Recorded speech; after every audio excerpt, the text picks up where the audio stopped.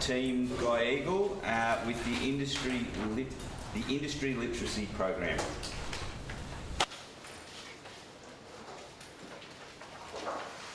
Hello everyone, I'm Joanna. I'm just going to start off by handing out a couple of sheets that we want you to have for today's session. The first is an A3 piece of paper. That'll be spoken about further when Ben talks about his session on the ILP. And secondly, the booklet is about Team G. It's also about our why there's a connection to our region, who we are, and obviously why we're so passionate about this project. So Thanks, man. the document and our why All good. Thanks, doesn't Dave. have to be read, but you may choose to if you're curious, but it's certainly an interesting perspective on our connections to the region. So thank you.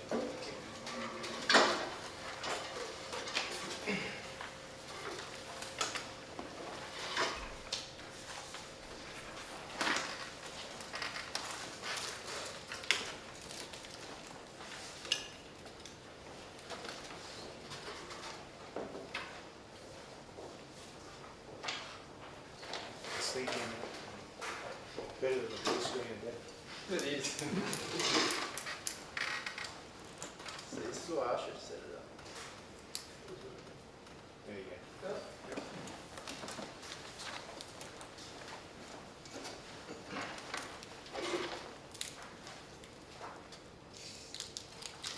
Thanks. Thanks for having us today. Really appreciate it. Let's start off with a quick question, as we're just back from lunch and I know you'd be fatigued from the previous presentations that have happened. I just want to kickstart your brain into gear. Just think about these questions in your head. I don't want you to jump around or exasperate yourself in any way. How many of you have had to endure the guilt of laying off your beloved staff during a downturn?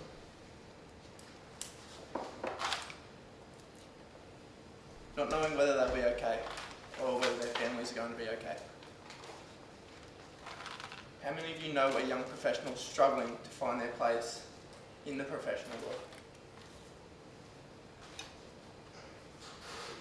How many of you are concerned with obtaining enough skilled staff to fulfill your contractual obligations once the upturn?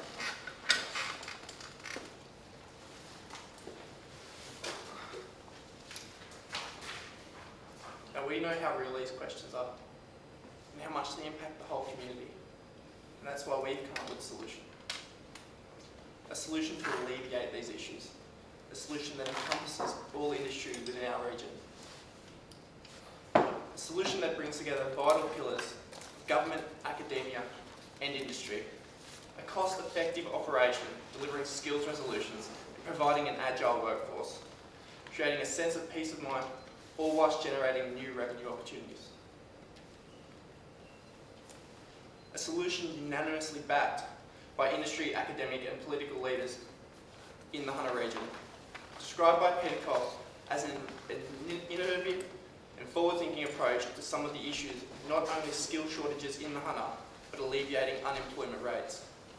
Team Go Eagle, or Team G, as we refer to ourselves from this point onward, is proud to present CALMA, the Industry Literacy Program, the ILP, the future of industry education.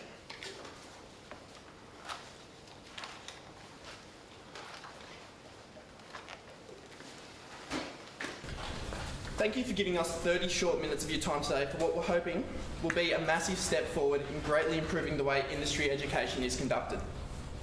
To be honest, we could have gone on and on about CALMA and given you a taste of the sheer passion and energy that it exudes, even within our group alone, as that's what it meant to us. It was our passion for the region that brought this idea to life. Our passion for our own individual and diverse industries, and our passion for our own individual and equally as diverse communities. We truly believe in CALMA, and we hope that you will too. This afternoon, I want to give you a small taste of what this concept represents, how it works, and its quite enormous potential. In 4 sections of the presentation, we aim to justify why CALMA is the future of industry education.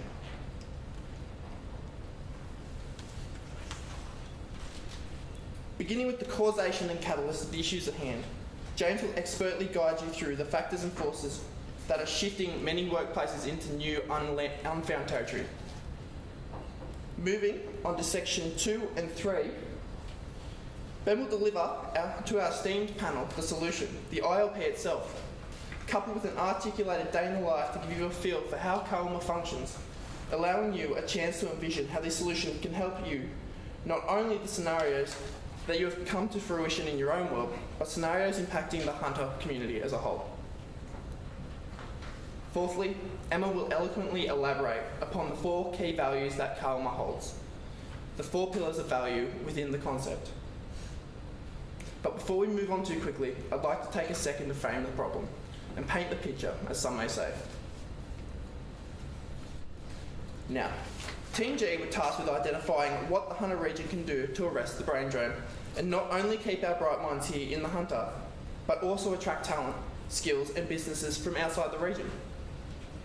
A serious yet ambiguous quandary with an absurd amount of possible and plausible answers. So, to understand the importance of Kalma, one must understand the position that we as a team chose to take. Whilst Team G recognises the importance of university education and what it means for our region, the all too prevalent theme present throughout our research has been the real and significant challenges that current and future projected skills gap present to the Hunter. A regional growth that we pursue so deeply demands regional skills capabilities. The reality of the brain drain in Newcastle and the Hunter region is not a deficiency of qualified graduates. It's a deficiency of an accessible skilled workforce. But don't just take my word for it. Here is the call from the front lines of multiple industries.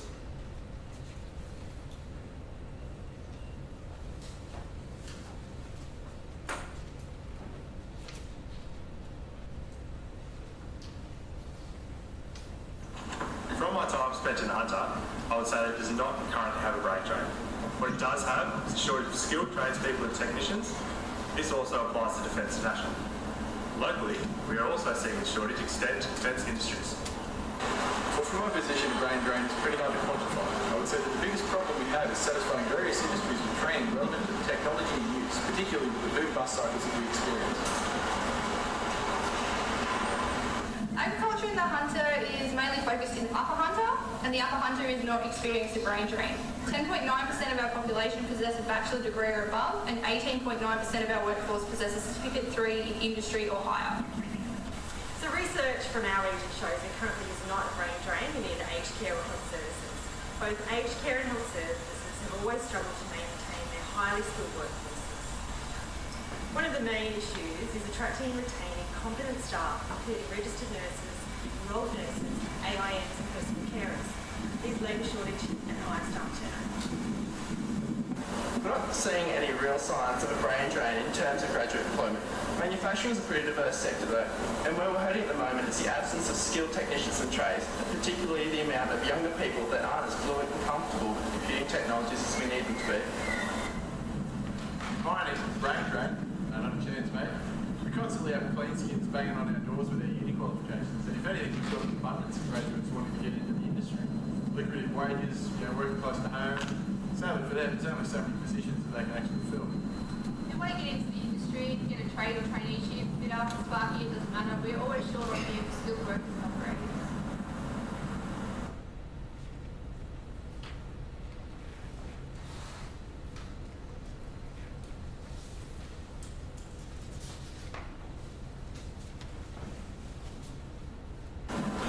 These skill shortages haven't just crept up on us. Defence has long struggled to not only retain highly skilled workers, but to recruit them as well. Recently, we have seen capital investment in defence grow each year. Major purchases have been made, including 72 F-35 Joint Strike Fighters, 58 of which will be based here in Newcastle. These fighters will require a large contingency of skilled workers in lots of different fields. Currently, we just don't have these workers. It is difficult for our educators to maintain currency with technology. Although tertiary institutions have contact with industry, changes in technology are not necessarily understood by educators as they are out of the firing line, so to speak, particularly in the vocational sectors.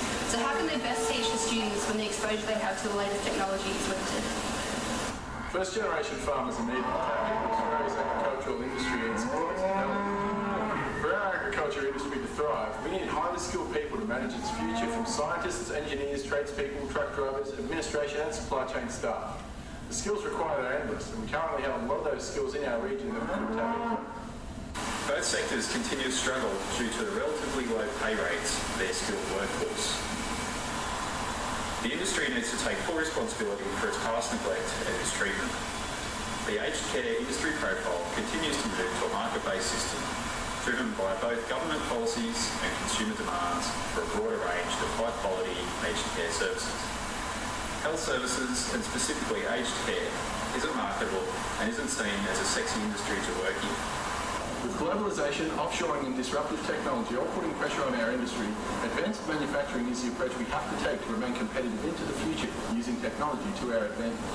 The skills we need for this are lacking due to an undernourished vocational education sector that often is behind the ball in technology and industry best practice. And this is compounded by the lack of a more flexible approach to skill development to support the diversity of the manufacturing sector. These shortages are hard to combat in all honesty. The way the industry goes, when commodity prices are high, it's all hands on deck and the boys are cutting the black line their life depends on it. The prices drop, it's a dramatic fall in staff. These ebbs and swings are why pits are so reluctant to put on full-timers there. It's the age of the contract. What happens to these workers when they shut the door? What happens when the next boom brings in a need for more workers? Are they going to come back? Are we going to have a solution on hand?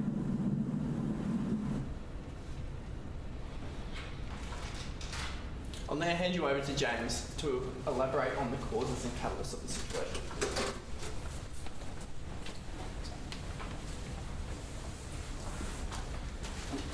Thank you, Jamie. Welcome, everyone.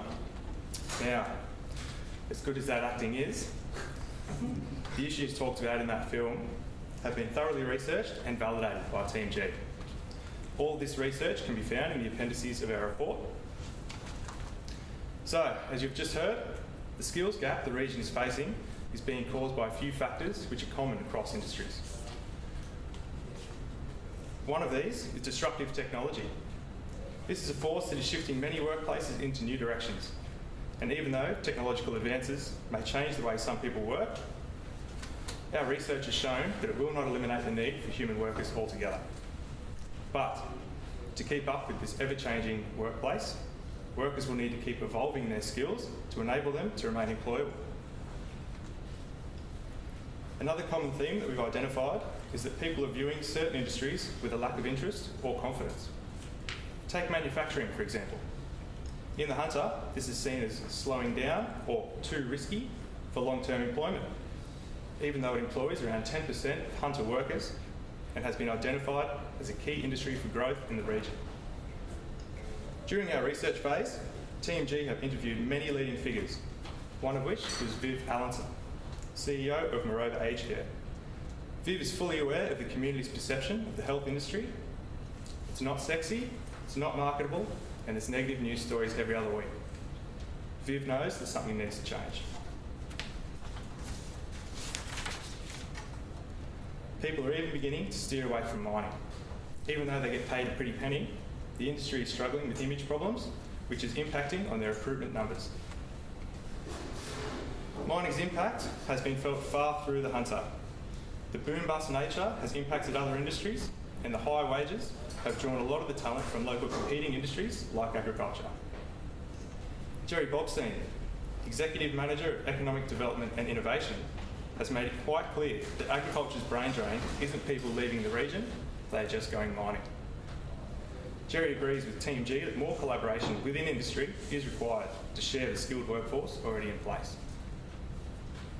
The defence industry is one that has many supporting businesses, and it also suffers from cyclic factors which include government investment in force capability, defence contracts and market conditions.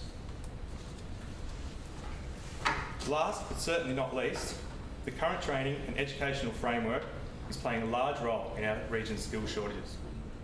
The poor state of the vocational education sector, along with out-of-date training methods, has seen industry requirements fall by the wayside. All of our research points to the fact that there needs to be more interaction between education and industry, allowing education to stay ahead of the curve and ready for the next change from disruptive tech.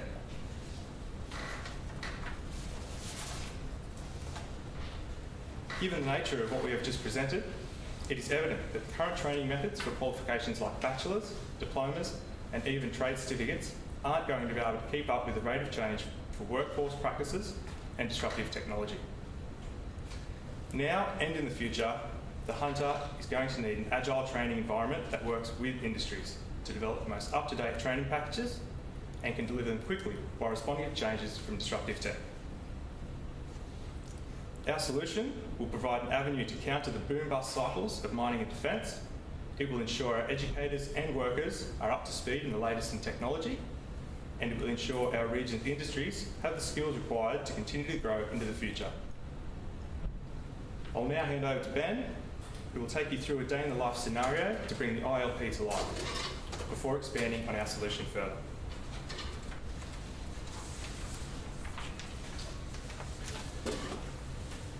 Thanks, James.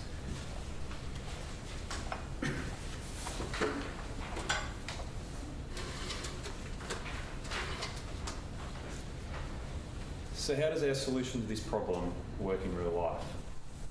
Well, before we get into the details, let's embark together on a journey in the day of the life of the ILP. We start with our participants. These could be someone who applies directly with Kauruma, someone who has been nominated or identified through our industry contacts, a displaced worker who has just lost their job, a school leaver with the right attitude who's looking for an early pathway into employment, or even someone that's already working in an organisation but is looking to upskill.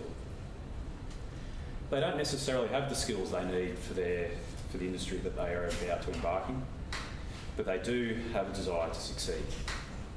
On the other side, we have our companies or businesses. Now I'm going to use something that's close to my day-to-day working life here. Max is the owner of a small business manufacturing advanced widgets for the mining industry. He has a handful of people on staff, some engineers, tradesmen, but it's really him doing the day-to-day operations. One of his engineers has just created a new opportunity, a new development in technology, and he's looking to capitalise on this, but he needs a bit of help. To grab hold of this opportunity, he contacts the ILP. They send over one of their key operators, a networking powerhouse, and a gun operator. Let's call him George.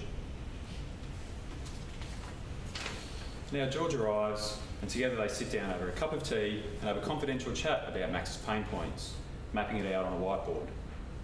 They discover that Max needs a bit of project management to help keep the deliveries on track. Needs someone with some customer-facing skills or marketing, because let's face it, his engineers are not up to the task. And finally, needs someone with a little bit of manufacturing knowledge. Not enough to do the work just yet, but a little bit of help would be welcome. So George, our industry mentor, spends some time in the workplace, mapping these enterprise skill requirements out and providing feedback to Max if needed. Together, they sculpt a plan to add to Max's capabilities while retaining his small company values. Then, just like an episode of Perfect Match, our candidate, Sarah, is selected from a pool of potential graduates. Now, unlike a recruitment firm, Sarah is expected to complete some upskilling through micro-credentialing as part of her placement. For instance, the initial ones might include a uni subject in sales or marketing, a short course through a vocational service provider in project management, and a TAFE course with some exposure to manufacturing. As Max's needs develop and Sarah's experience grows, additional courses can be added to the list. So the ILP program gives Sarah this opportunity to acquire new skills, but also gives Max some peace of mind that the investment he's making in Sarah is not going to go to waste. The courses are delivered by local education institutions as either day or night courses that Sarah attends, resulting in increased student numbers and revenue for these businesses. The educators of these subjects are provided an incentive to spend some time exposed to Max's organisation through the ILP program. Sarah's TAFE teacher, Angus, was a fitter and turner before embarking on an education career.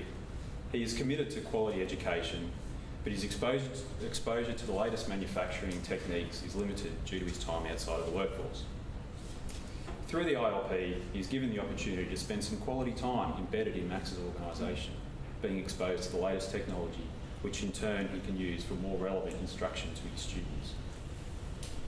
To provide some support for Sarah as she embarks on her new voyage, she's assigned an ILP mentor to provide a guiding hand on the rudder.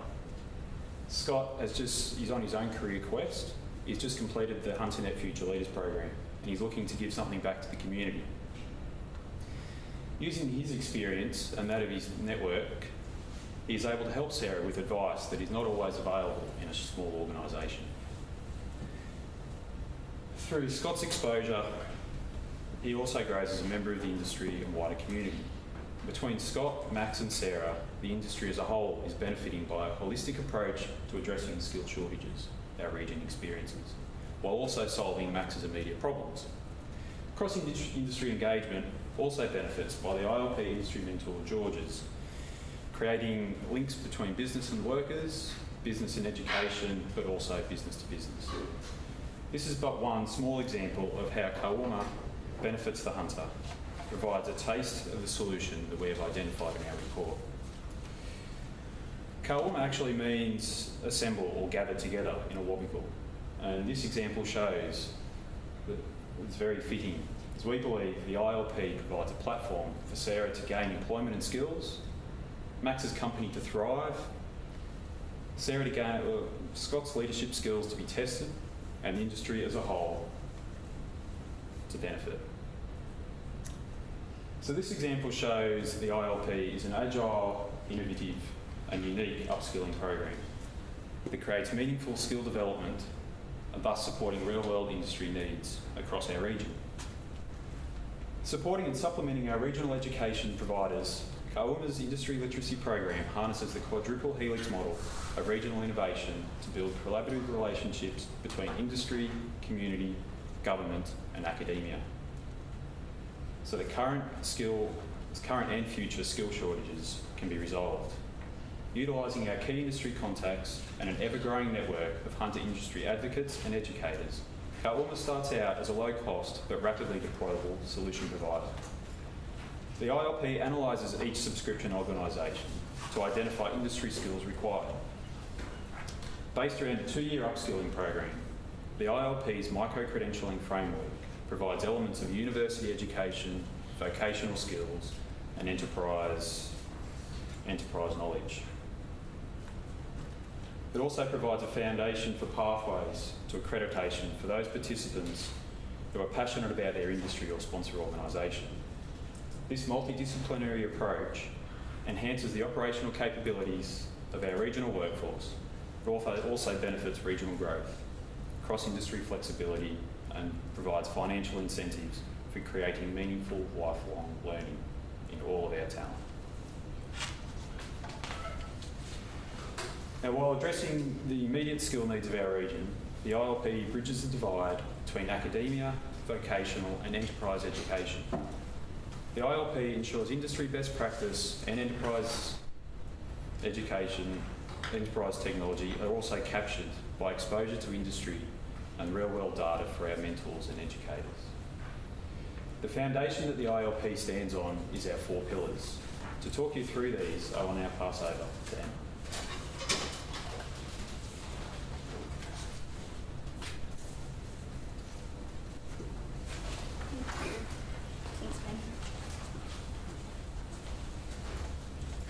Hello everyone.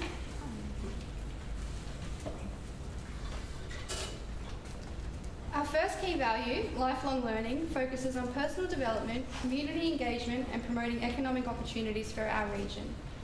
When we created the ILP, we wanted to create a solution for all demographics and provide pathways for our school leavers, our current workforce, those looking to return to the workforce or undertake a career change, as well as people who may need to reskill quickly due to disruptive technology or the cyclic nature of their industry. For example, I think everyone can relate to someone who has just left school that has no direction and doesn't know what they want to be when they grow up yet. Or someone who has had to take an extended leave of absence to become a parent or due to illness or family responsibilities. We probably also all know someone, or ourselves, a family member or a friend who has been in the same position in the same company for many years but was suddenly forced into a career change due to redundancy or shutdowns. The ILP will provide relevant lifelong learning opportunities to support all of these demographics and more across the region, ensuring that we not only retain our bright minds here, but cultivate the talent, skills and opportunities that our region will need for the future.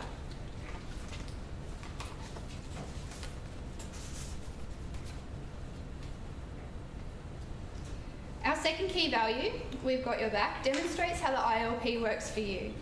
Andrew, you need people to maintain F-35s, but when the project is finished, wouldn't it be great to redeploy those skilled workers to other areas of your business? Barbara, Umwelt needs employees that are experts in a variety of environmental disciplines, that are inspired, innovative and can help Umwelt offer cutting-edge solutions. Tony, you need passionate, proactive, skilled workers and managers to fortify a strong industry foundation within our region. Kirsten, you need supply chain operators with the complex knowledge of the many facets of the Hunter Valley cold chain. Jeff, you currently hold the position of Chair on the University of Newcastle Business and Law Advisory Board. You need to see industry-savvy professionals ready to take the next step to furthering their career with a university qualification. The ILP works with businesses to cultivate the talent that you need.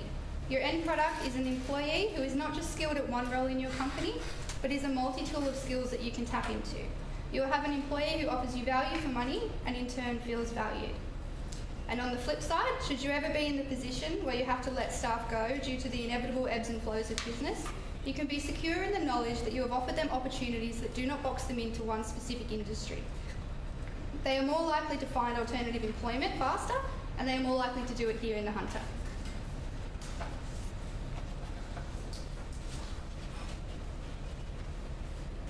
Our third key value, community through collaboration, stands for our relationship with the community. The ILP will continuously seek out opportunities to build on our existing collaborations with industry and community to remain dedicated to the plan of improving the region's business and socio-economic standpoint. The ILP will offer and champion scholarships to ensure accurate representation and opportunity for our Indigenous, differently abled and long-term unemployed, to create pathways and self-development and growth for all people of our region. Our final key value, agility for regional industries, reflects on the ILP's operational intent and commitment to serving our key industries in the region. To grow and embrace our incredible potential, we need to work collaboratively with the rest of Australia by developing, investing and supporting the growth of our key industries. We know what we do best here in the Hunter, and we can retain this advantage by building our own talent and continue supporting it into the future. Our key industry insights and research, as outlined in our report, identifies that the current and future skill gaps will not be easily solved and unfortunately cannot rely solely upon the traditional 4 to 5 year educational and instructional cycle. Whilst the ILP recognises the importance of university and vocational education and does not seek to replace it or downplay its value, the ILP was designed to bridge the gap using a quadruple helix approach, working with industry, academia, government and the community to give our region the cutting edge in skilled talent and profitability that our businesses need. I will now hand you over to Jo, who will take you through a summary of today's presentation. Thank you, Emma. Hello, judges.